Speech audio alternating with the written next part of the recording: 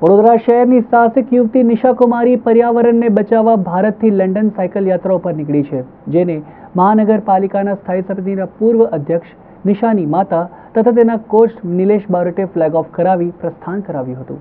અંતરમાં ઝલકતો ઉત્સાહ અને અજાણ્યા લક્ષ્યો સર કરવાની અદમ્ય ઈચ્છાશક્તિ ધરાવતી વડોદરાની યુવતી નિશા કુમારી આજે સવારે સેવ અર્થ અને ટ્રી પ્લાન્ટેશનના મિશન સાથે સાયકલ પ્રવાસે નીકળી હતી, જે એશિયા અને યુરોપ ખંડોના 17 જેટલા વિવિધ દેશોમાં થઈને લંડન પહોંચશે. તેનો પ્રવાસ 200 દિવસનો હશે અને 15,000 કિલોમીટર સાયકલ પ્રવાસ કરશે. નિશા કુમારી ગયા વર્ષે મે મહિનામાં વિશ્વનું સૌથી ઊંચું એવરેસ્ટ શિખર સર કર્યું છે.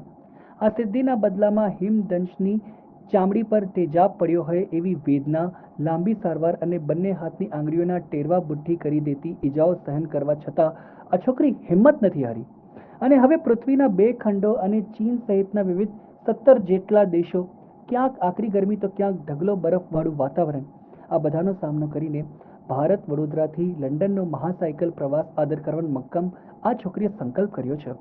सर, ये 15,000 प्लस किलोमीटर की जर्नी है। इसमें दिक्कतें तो ऐसे है कि कोई भी आ सकती है। 180 से 200 दिन की जर्नी रहेगी और रेगुलर इसमें मुझे साइकिल हर 4-5 दिन तक 100-150 किलोमीटर की साइकिल रोज़ करनी है। 4-5 दिन के बाद एक दिन का ब्रेक लेने वाला है।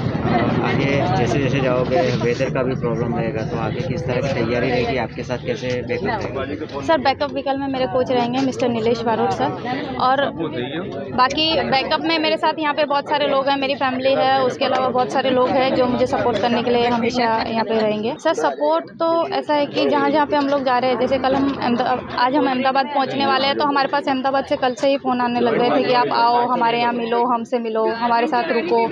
तो ऐसे लोगों का पहले से ही हमारे साथ बात होनी शुरू हो गई है. तो जहाँ जहाँ पे हम जाने वाले हैं वहाँ के लोगों से पहले से हम लोग इंटरेक्शन करेंगे और उन लोगों के साथ आगे